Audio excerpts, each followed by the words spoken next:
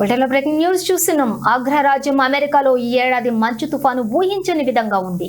గతంతో పోలిస్తే అనేక రెట్లు పెరిగిన ఈ తుఫాను ప్రభావంతో జనజీవనం అస్తవ్యస్తంగా అయింది. ముఖ్యంగా అమెరికాలో ఫెర్న్ మంచు తుఫాను పెను బీభత్సం సృష్టిస్తోంది. దీంతో దేశవ్యాప్తంగా దాదాపు 15 కోట్ల మంది ప్రజలు గడ్డకట్టే చలులు అల్లాడుతున్నారు. టెక్సాస్ నుంచి న్యూయార్క్ వరకు సుమారుగా 15 రాష్ట్రాల్లో ప్రభుత్వం ఇప్పటికే అత్యవసర పరిస్థితిని ప్రకటించింది.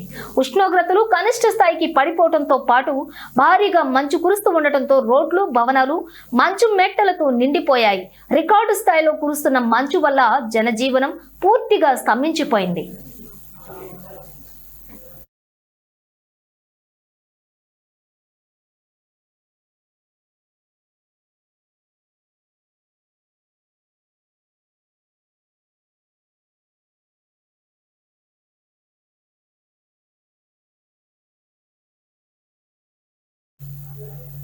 ఇక ఈ తుఫాను ప్రభావం రవాణా వ్యవస్థపై తీవ్రంగా పడింది.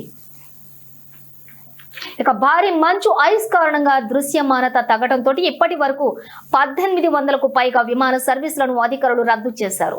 వేల సంఖ్యలో విమానాలు ఆలస్యంగా నడుస్తూ ఉండటంతో ప్రయాణికులు విమానాశ్రయాల్లోనే చిక్కుకుపోయారు.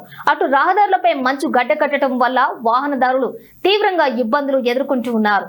అనేక చోట్ల విద్యుత్ లైన్లపై కూడా మంచు పేరుకుపోయి తీగలు తెగిపోవడంతో లక్షలాది ఇళ్లకు విద్యుత్ సరఫరా నిలిచిపోయే ప్రమాదం ఉందని అధికారులు హెచ్చరించారు.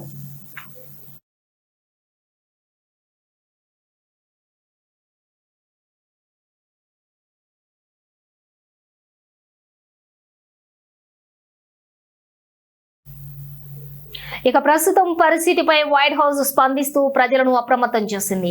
సోమవారం వరకు తుఫాను తీవ్రత ఇలాగే కొనసాగే అవకాశం ఉన్నందున అత్యవసరమైతే తప్ప ప్రజలు ఇళ్ల నుంచి బయటకు రావద్దని సూచించింది. ముఖ్యంగా గడ్డకట్టే గాలుల వల్ల ఫ్రాస్ట్ బైట్ వంటి ఆరోగ్య సమస్యలు తలెత్తే ప్రమాదం ఉంటుందని వాతావరణ శాఖ హెచ్చరించింది. ప్రభావిత ప్రాంతాల్లో సహాయక చర్యలు చేపట్టేందుకు ఫేమా బృందాలు కూడా రంగంలోకి దిగాయి. బాధితుల కోసం ప్రత్యేకంగా షెల్టర్లను ఏర్పాటు చేస్తూ ఉన్నారు.